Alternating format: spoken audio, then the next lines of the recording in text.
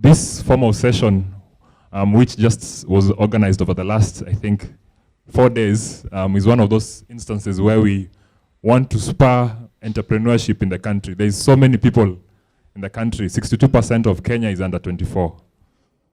We want to be part of that movement of creating successful businesses across the country in various sectors of the economy. Daktari has been writing a series of articles. I think that's the reason we're all here. I'm a regular reader of that column. He also serves on the advisory board of the iHub. So that was a very useful intersection, and that allows us to invite people from different sectors of the economy, different walks of life to just listen to this. And he has a couple of speakers. I'll have him introduce them as he starts. And then let's learn from this. Let's think about entrepreneurship, manufacturing, agriculture. I think the last article was on beef. I was quite interested in that. Let's just have open minds. Let's interact with each other, and let's change this country. Daktari.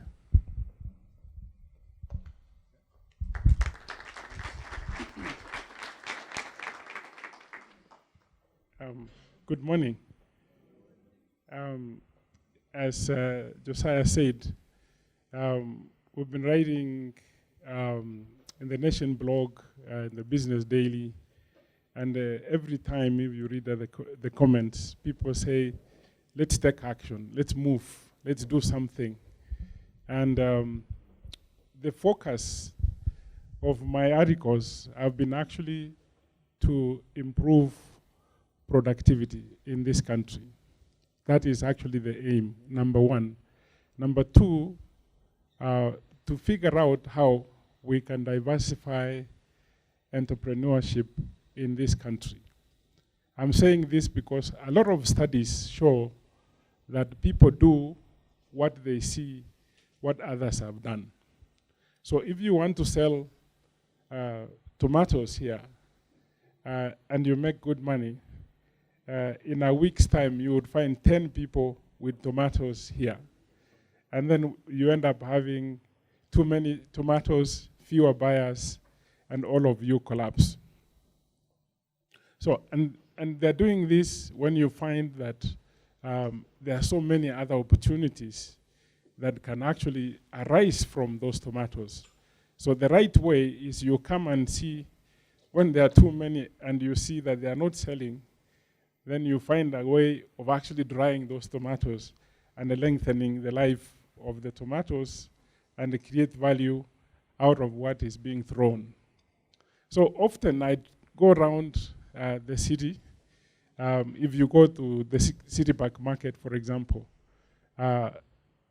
almost 30 to 40% of the produce goes to waste. Actually, they throw away because they can't find the market. And there are solutions to that. And then you find there are too many unemployed Kenyans, and we are not able to meet and be able to solve that problem. If we looked at how we can deal with productivity, like the article I did last on beef, we have cows littered all over the country. And you ask someone, what breed is this? You say, breed? It is a cow. And this is what actually people say. It's just a cow. And if you find out the marketing of beef, you have to explain this is from this breed, this is how we fed it and whatever, and that's how you begin to succeed. I wrote about beef because some time back we went to Qatar, and I think the Qatari government said, we can allow you 1,000 tons of beef every month. And then we came back so happy, oh, KMC can do this. We came to KMC, they couldn't do 100 tons a month. They could not do 100 tons a month. There is opportunity, yeah, which have been given. There are several unemployed people. There is so much land. There is everything. We couldn't manage to do that. And that's why I actually decided to research on that area and write so that I can bring out the issues.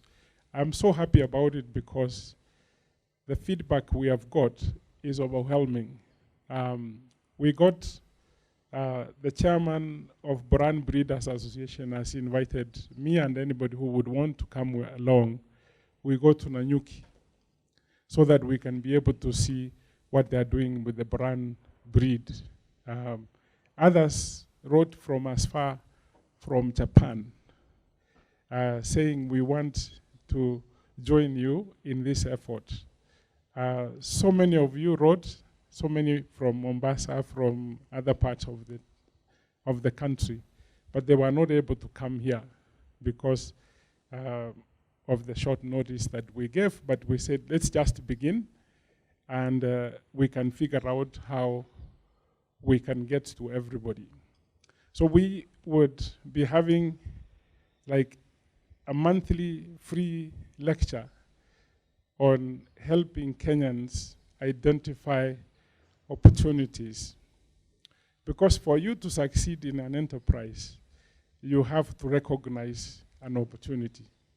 But what happens is government has spent so much money, they throw at the youth, and you ask them, what are you going to do with the money? They say, well, I'll buy a mitumba. Because that is the thing that comes first. Or I will do this, or I've seen my neighbor do this, and this is what I'm going to do.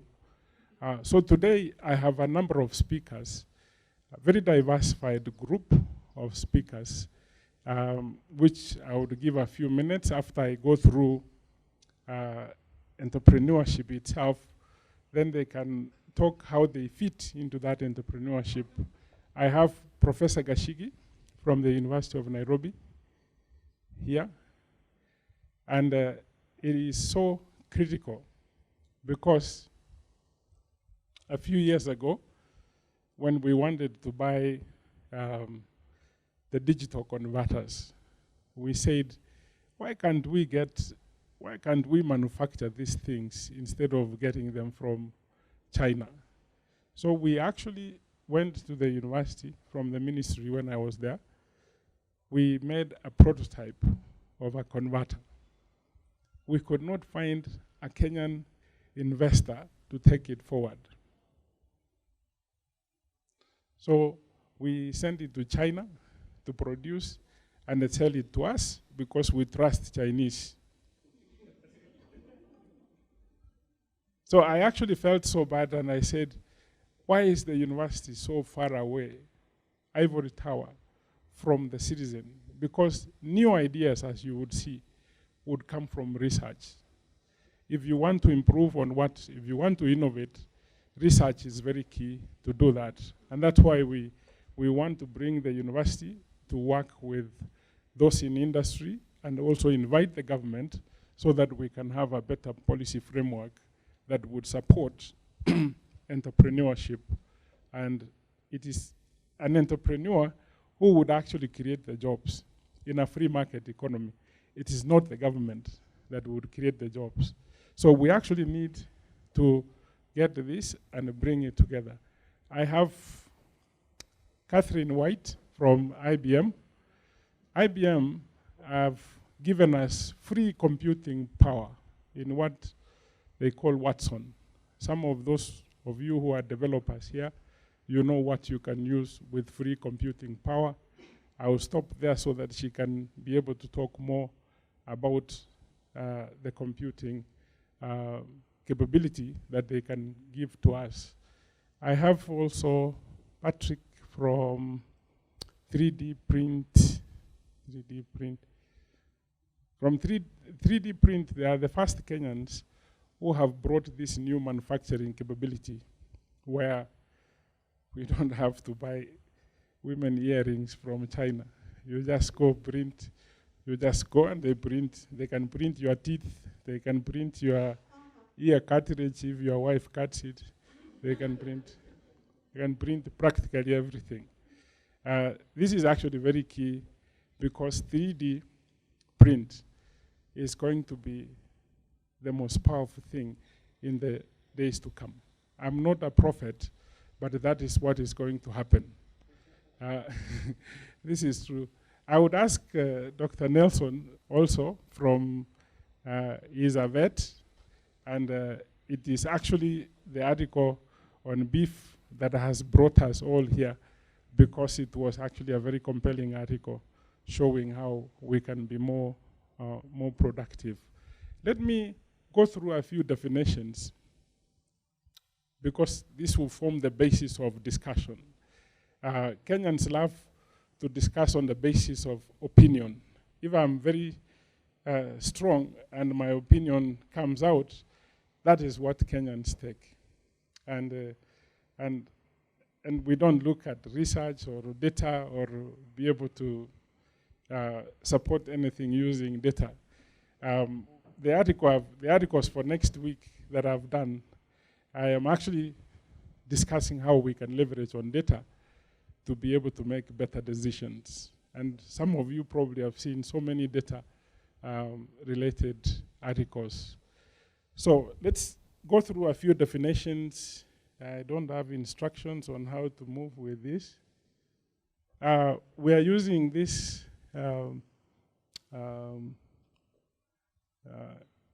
if you want to get onto Twitter, and how do you go forward? Let me try something and see. This is I got it. I'm smart.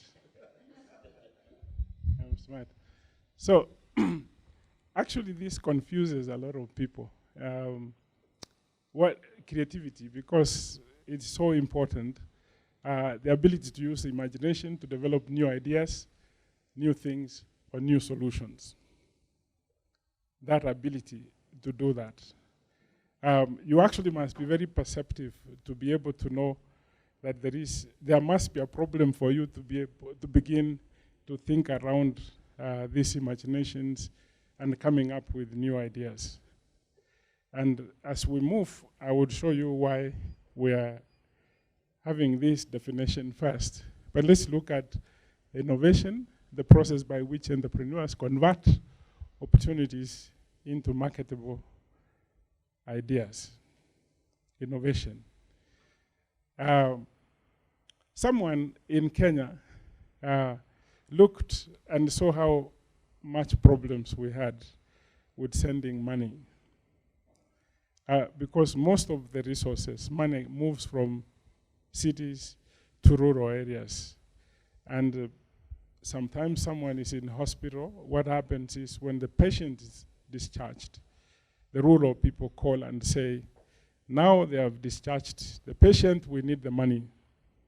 The fastest means we had was posta. Posta used to take 4 days.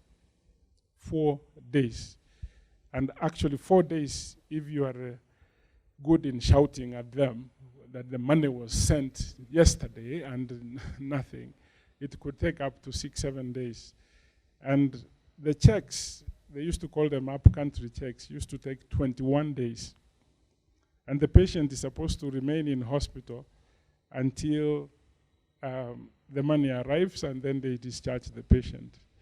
And so someone thought that we could actually send the money over the mobile, and that's how M-Pesa was born. Imagine the efficiencies M-Pesa has brought. Looked at the problem, gave and discussed the idea, converted that, and made it a marketable idea. Several other areas. 2007, we were in a crisis. Politicians had messed around. We were fighting among ourselves. And someone from here, actually, I don't know whether the Ushahidi team is here. Anybody from Ushahidi? Ushahidi. But then, nevertheless, that those who came up with a solution to finding people who are in distress, to providing solutions to that, came out of here. It became an innovative thing which has gone throughout the world. There must be a problem for you to provide a solution, and then we say you have done the innovation. I have actually looked at mkokoteni, the bush carts.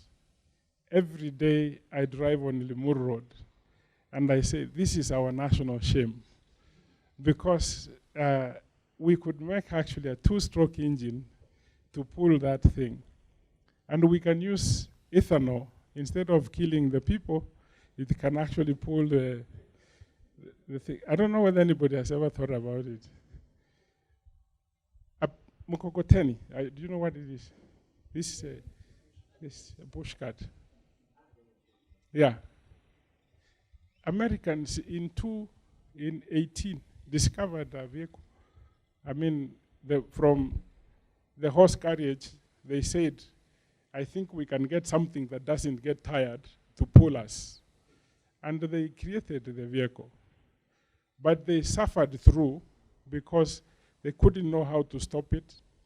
So they had to get a handbrake. And then they found out that when you put the handbrake at high speed, everybody left their seat and went. And that's how they kept innovating to the extent that today we talk to the vehicle and just do that and it stops. So we must begin from somewhere with this. I'll move very fast on the other. Where can you find big ideas? Actually, simple ideas become big ideas, but people don't know. Because Kenyans have been wanting to make a shuttle to go to Mars instead of making mkokoteni. You know, then we can improve on it and move. If you look at the Japanese, when they made their Toyota Mark II, everybody laughed globally. I said, these people want to make a car. But they have improved it. They have gone through what you call the learning curve. They are there with the Lexus in Vinci, you know, competing with the Mercedes. The Indians recently started Tata, you know. Remember Tata and Mahindra. Actually, Mahindra, our sportsmen used to run faster than Mahindra. But they have improved through the process to the extent that they're now becoming recognized globally. So those are simple ideas, but take these ideas. I'm moving so fast, we would spend so much time here that once you've gotten into something, that is when you are able to see new ideas. You can't see them in procrastination, thinking that they would pop up in your head and you succeed. So if you look at several ideas, if you look at IBM, for example, most people don't know why it's called International Business Machines. They used to sell meat cutting machines. You know, ile ya kukata nyama, you know? You see what I'm saying? But are they in meat cutting today? They are able to see opportunities once they are into something. And big ideas would emanate from when you have dirtied your hands. When you are inside there, you are able to. But let's look at more academic things. Everyday problems. And this is why I say God is so great with Africa, that he has given Africa all the problems. Anyone you solve, you become an innovator. Any one of the problems you solve, you are known globally. Yeah? The needs, complaints, if people complain, remember World Wide Web? People were complaining, why can't I share the files I have with somebody somewhere? And that's how they came up with the World Wide Web. It's frustration that led to that. And that's why I say you have to be very perceptive. If someone complains, go think about it. Personal experience, work, home, education skills, and talent, hobbies, what you like. This is where you get ideas from. Newspapers, media, magazines. Don't just read the newspaper. Ask why is this like this and stuff. Other countries, if you travel, you'll see something and then you come back with it. deliberate search, people look for that. And factors of change, say like population. Some of the big ideas here may not be big ideas in Europe or US because of the demographics. So this is where you get ideas from. How do you recognize? This is what we want to provide. This is what we want to provide, that once you think there is an idea, we can sit down with you, 2-3 people, brainstorm, and then we are able to help you. Why? Because people like Professor Gashigi, they have done so much research. They could tell you this thing was done in Sri Lanka, but it didn't work. But let's find out why it did not work so that they can help you to succeed. So if the universities agree to work with the private sector, we will do much better. And we are going to begin. You are going to see some of the things that they are going to do. But we are going to begin fast. As I said, better ideas come when you are at it, when you have started. You would find we have discovered a new way. We may say today that we are going to create a portal to discuss, to get people from other parts of the world. And then we find that we could do it in a better way. And that's why we are here. And this is where we will take you to see the attractiveness of the idea itself, of the opportunity, how durable. If it is something for 2 months, then you stop, whether it's timely, the product, service, does it add value to the buyer? And that's why I would ask Nelson to come and talk about goat milk. I will call him, and there's a young man there who rears goats for milk. And it's today that I've just known that goat milk is lactose tolerant. It can tolerate. Did I use the correct, Elizabeth? People who are lactose intolerant can eat goat meat and survive. That is the correct way. Yeah? I brought this figure. This study was done in the US, and it's similar to what I started with here, that 71% like to replicate or a modified idea encountered through previous employment. In Kenya here is almost 80%. If you go to the rural Kenya, if you buy a matatu, chances are your neighbor would buy a matatu, and the total number of passengers daily is less than 100. So if you buy 4 matatus, all of you would collapse. This is where the problem is. We would want to be at the 4% where the research comes in. And most of the successes come from where research has been done. Some by accident, this is 20%, which the computer just messed up, which includes some of these things that I put here. But the point is made that most of us replicate. Some of you who are developers know when M-Pesa came around, for the next 4 years, all the new applications were around financial solutions. And then there was a glut. Everybody now moved on to some to agriculture, health, and whatever. This is what we want to avoid. But you can actually look at M-Pesa and see a new opportunity and improve on it.